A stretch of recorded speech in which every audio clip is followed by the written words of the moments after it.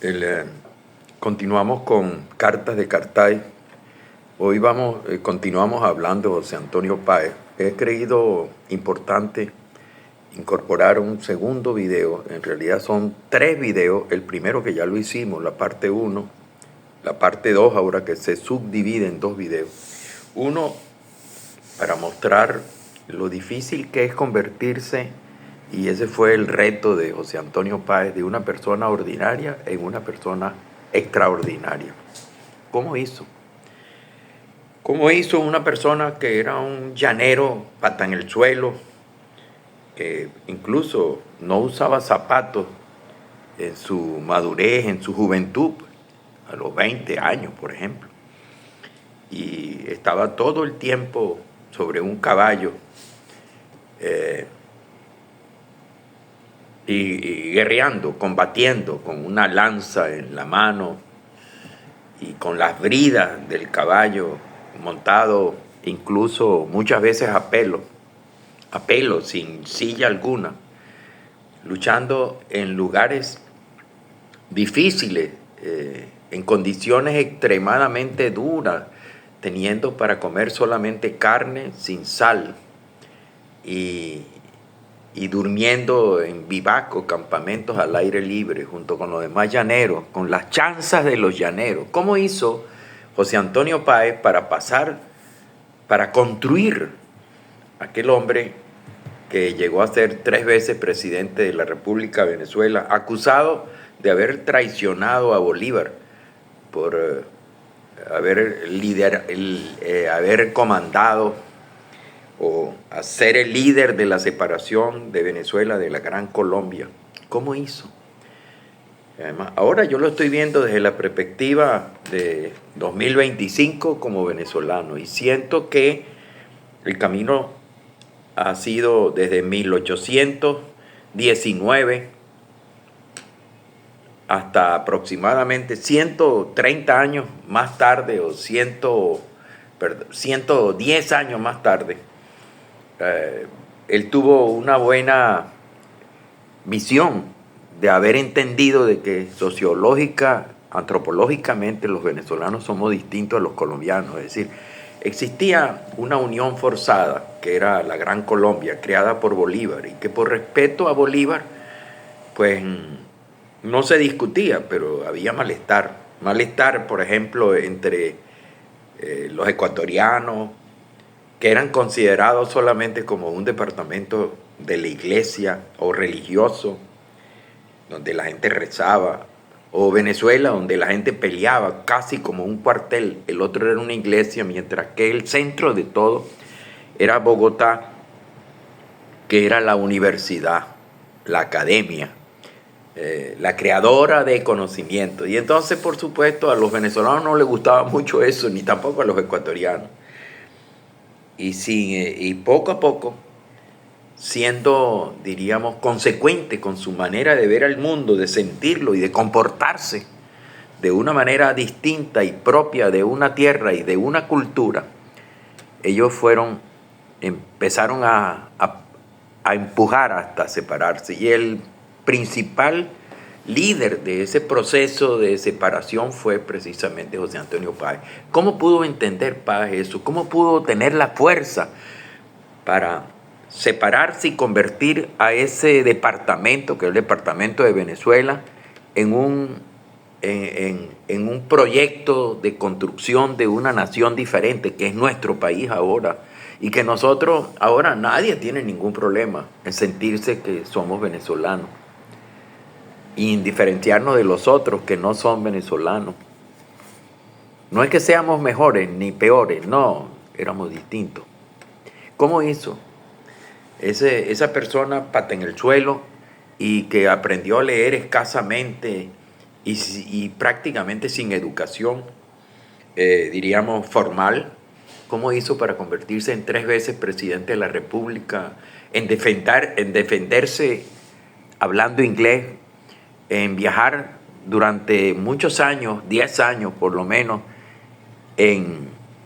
por muchos países de lenguas distintas? ¿Cómo hizo? ¿Cómo hizo para producir esa enorme transformación individual? ¿Cómo hizo para crear ese comportamiento? Entonces, yo voy a utilizar esta segunda video para explicar, para tratar de decir mi opinión sobre el asunto, no explicar, no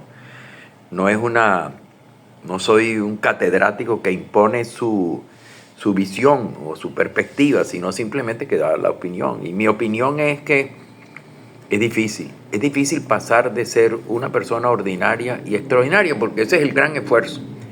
En lo alto de una montaña hay un cuento que dice, en lo alto de una montaña había un ermitaño que estaba todo el día haciendo cosas, y llegó un visitante y le preguntó: ¿qué haces?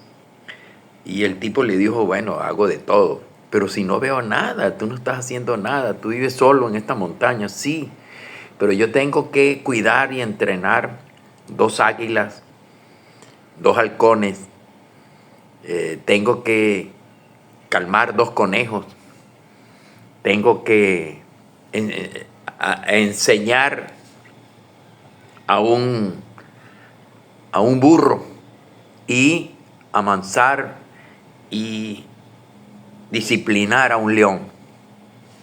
Le digo: ¿cómo? ¿Dónde están esos animales? Yo no los veo por ninguna parte. Y él dijo: no, esos animales están dentro de ti. Las 2 águilas son tus manos, que con tus garras pueden destruir cualquier cosa. Tus 2 halcones son tus ojos, que te pueden llevar a decir verdades y decir mentiras y a mostrarte el camino correcto. Los 2 conejos tienes que enseñarle a caminar, porque ellos son los que te conducen hacia el bien, al mal, y son tus pies. El burro no eres más que tú mismo, con tu torpeza y además con tu terquedad. Cuando un burro no quiere caminar, no quiere caminar. Y hay que enseñarlo entonces a obedecer las órdenes. Y por último, tú encierras un león que puede destrozar cualquier cosa. Y ese león es orgulloso, vanidoso, egoísta, y tú tienes que aprender a domesticarlo para convertirlo en un animal tranquilo y pacífico, y que te represente con la fuerza, la valentía. Bueno, eso es lo que yo hago. Yo estoy intentando domesticar, volver dócil toda esa cantidad de animales que viven dentro de mí.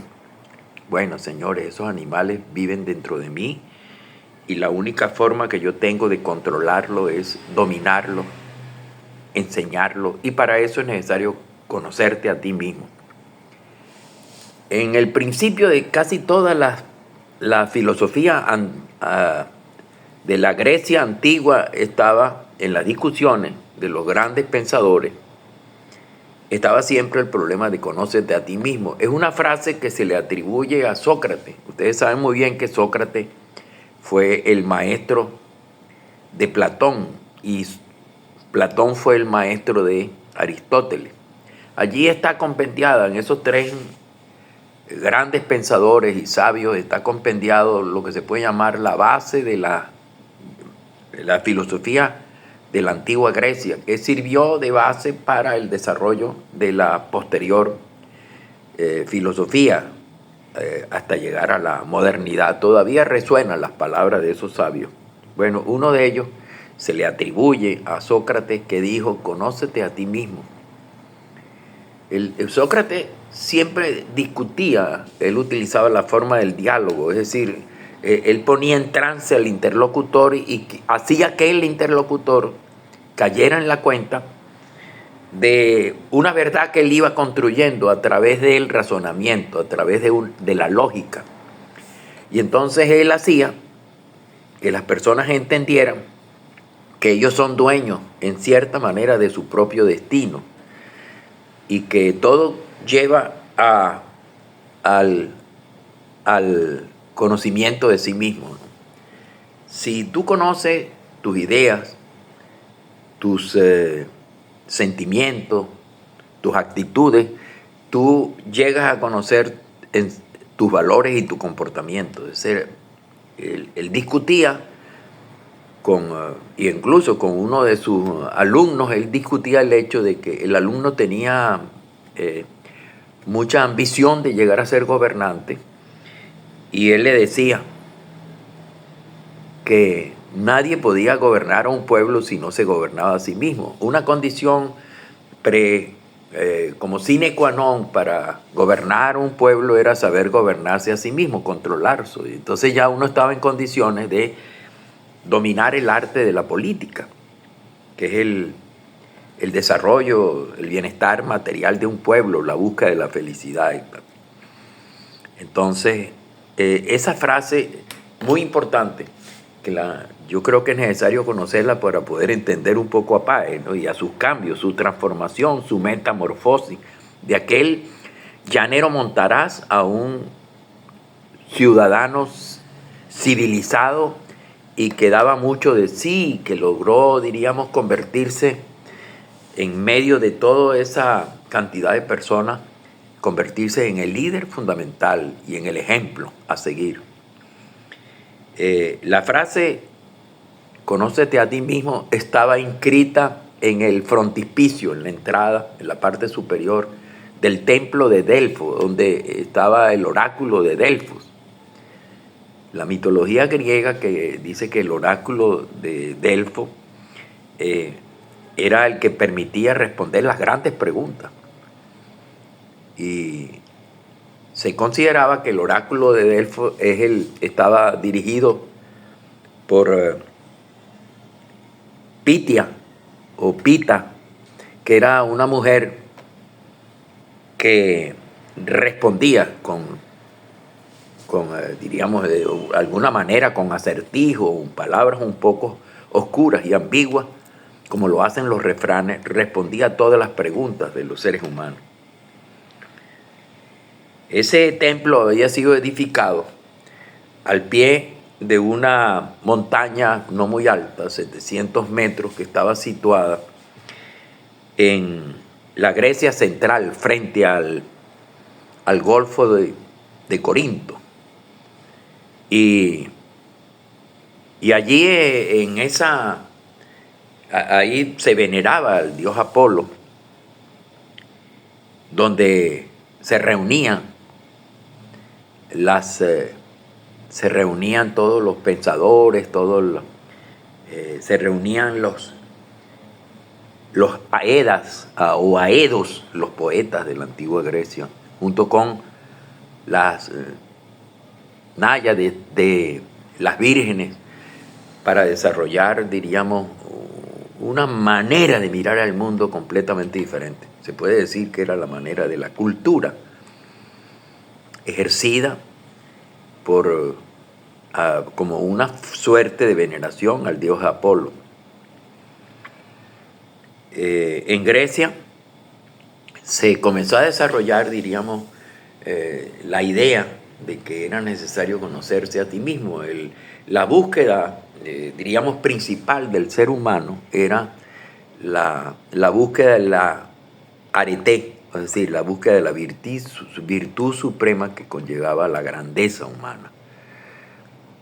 Pero para eso era necesario conocer tus debilidades, tus virtudes, debilidades o tus ventajas, y también entender de que tú te movías dentro de un contexto en el cual habían dos fuerzas impulsoras del cambio, ¿no? Una era la ilusión, que era la creación de un mundo idealizado, y la otra era la búsqueda de la realidad y la comprensión, que era el confrontamiento a un mundo real donde uno vivía. Entonces, uno tenía que construir su personalidad en función de esos dos movimientos. Uno era el de la ilusión, que le planteaba un mundo distinto, idealizado, y donde uno tenía que ajustarse a la búsqueda de ese mundo, y el otro el mundo real, donde uno tenía que entender de que uno es lo que uno es y no lo que uno desea ser. O sea, uno se mueve entre dos fuerzas. En la búsqueda de lo que se puede llamar de la sabiduría y del conocimiento de sí mismo, entre una presencia, o mejor dicho, una búsqueda de un ideal y diríamos, el límite y de la verdad concebida dentro de una condición en la cual hay un límite, y ese límite es la vida humana.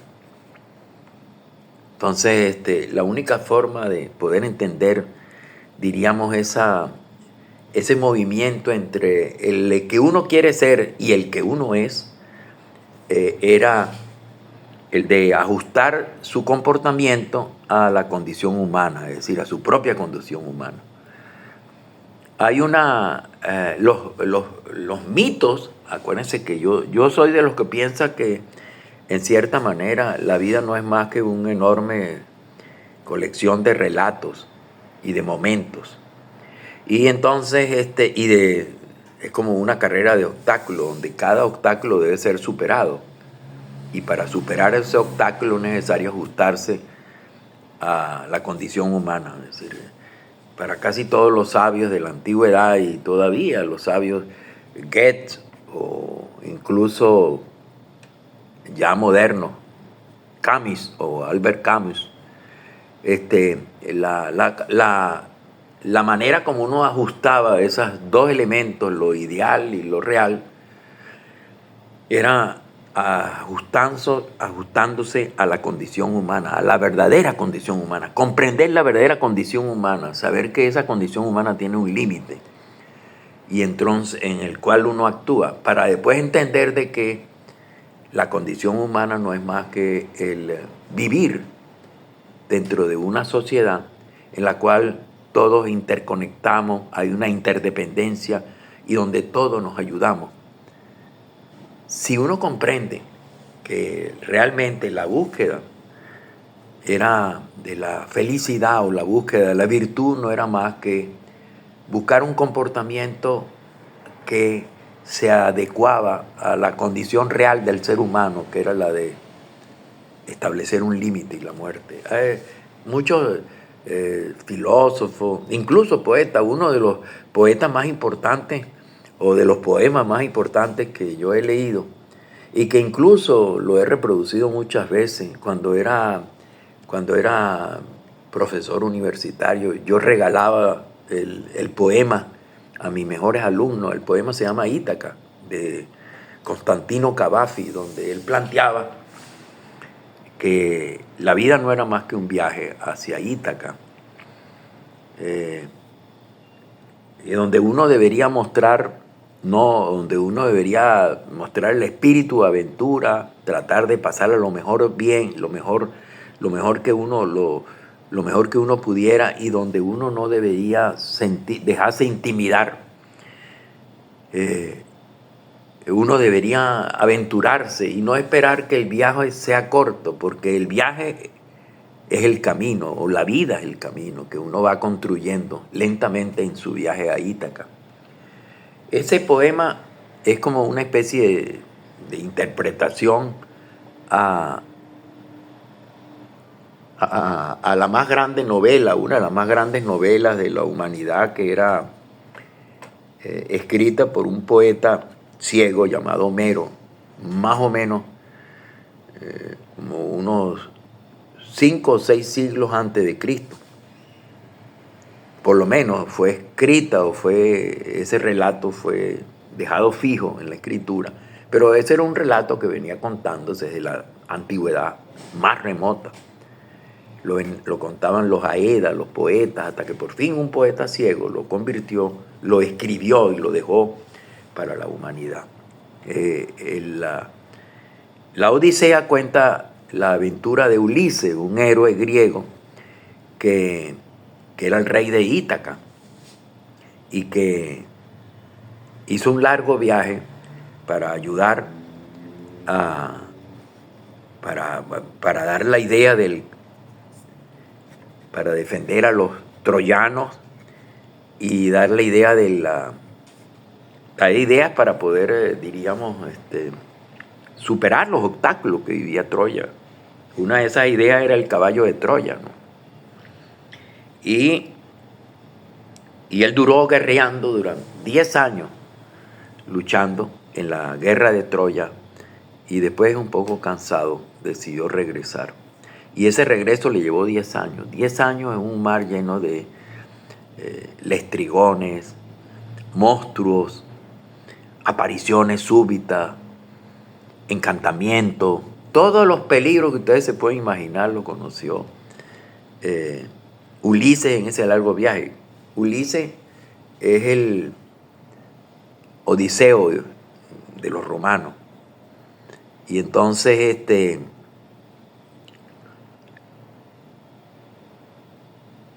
Ulises hizo ese largo viaje otra vez hacia su tierra natal, duró 10 años para llegar, donde lo esperaba Penélope y su hijo.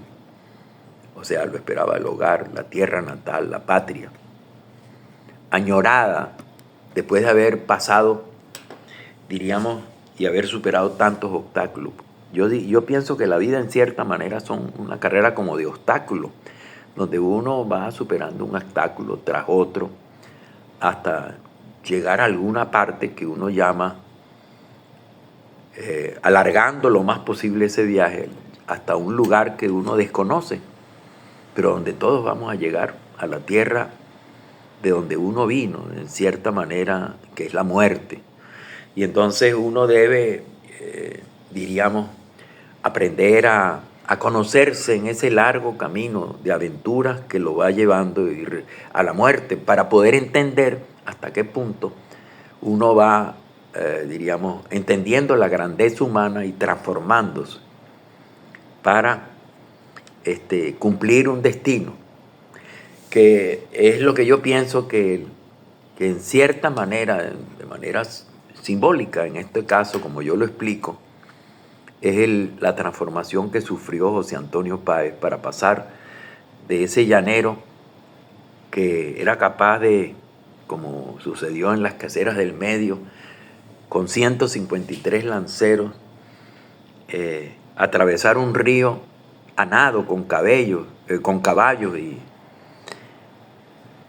con peligro. Era el río Arauco, un río caudaloso que caía en el Orinoco y que servía de límite entre los llanos de Nueva Granada, los llanos colombianos, los llanos de Casanare y los llanos de Apure, ya en la parte del departamento de Venezuela, donde se enfrentaron Morillo frente a Bolívar, y tuvieron una batalla que fue decidida por el arrojo de José Antonio Páez. Yo digo que Páez era un hombre que intentaba conocer sus limitaciones, sus defectos, hasta para ir enmendando, para ir corrigiéndolo, para convertirse en esa persona que yo digo, que me parece admirable y que tuvo una visión de perspectiva para pensar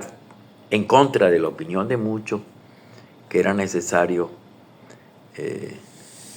desmembrar el sueño de Simón Bolívar, que era la Gran Colombia. No como una traición a Bolívar, sino simplemente como un reconocimiento de comportamientos diferentes, una diferenciación de maneras de concebir al mundo y de insertarse en él, como son la cultura de los colombianos y la cultura de los venezolanos. Él tuvo, junto con otros también, porque cuando él comienza ese proceso de desconocimiento del proyecto bolivariano y desmembramiento de la Gran Colombia, también lo empezaron a hacer también los ecuatorianos y incluso los propios colombianos, aunque Bolívar en cierta manera estuviera en desacuerdo con ese rompimiento que los diferentes departamentos de la Gran Colombia estaban haciendo, sobre todo Venezuela. Comprender eso, había que ser muy sagaz, sobre todo en 26, 27, era muy complicado comprender eso, y eso lo comprendió Páez. Y no era Páez nada más, era Páez con el apoyo de pensadores venezolanos, eh, y que lograron construir junto con Páez una ideología separatista. Y eso lo podía hacer solamente un hombre que había cambiado su manera de mirar al mundo y de comportarse en él.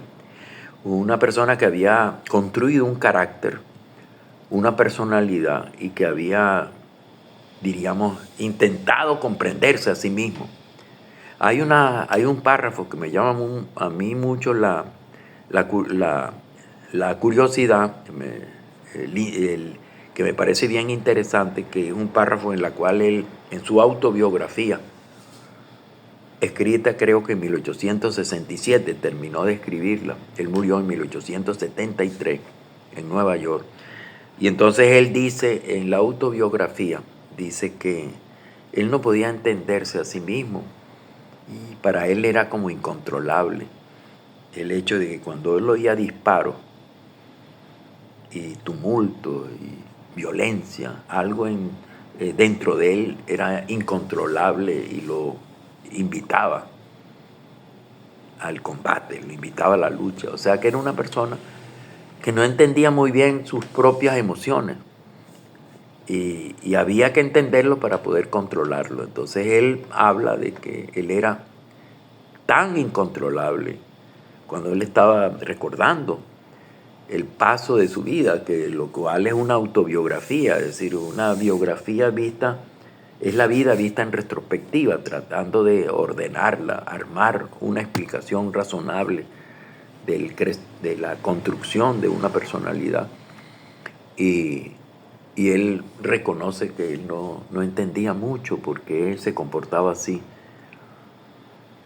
Que es la búsqueda que tenemos todos, que tienes tú, que tengo yo, por tratar de ser una persona diferente en el mundo, ¿no?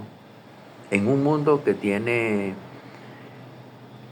donde tú te mueves dentro de una sociedad, dentro de una cultura, dentro de un espacio históricamente determinado, y donde tú tienes un deber de buscar de buscar la justificación de tu propia vida, que para los griegos antiguos era la búsqueda del arete, o sea, la búsqueda de conocimiento a sí mismo para poder crecer y merecer el mundo.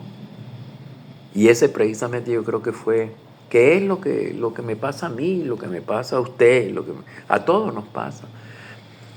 Queremos ser una persona diferente, pero para poder ser diferente tenemos que entender qué es lo que queremos.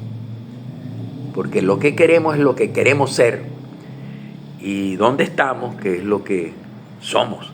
Entonces, entre el querer ser y el ser hay una especie de vacío, que es una insatisfacción muy profunda que tenemos que aprender a conocer para poder alcanzar la meta que nos proponemos, que lo llamamos destino, y al final todo entendemos, y eso es precisamente el poema de Cavafi, es el libro de Homero. Entendemos que no es más que la búsqueda de la tierra natal. Esos 10 años de viaje en medio de mares embravecidos y con miedo, donde incluso había una isla donde había una diosa que intentó, creo que se llamaba Calipso, que intentó retener a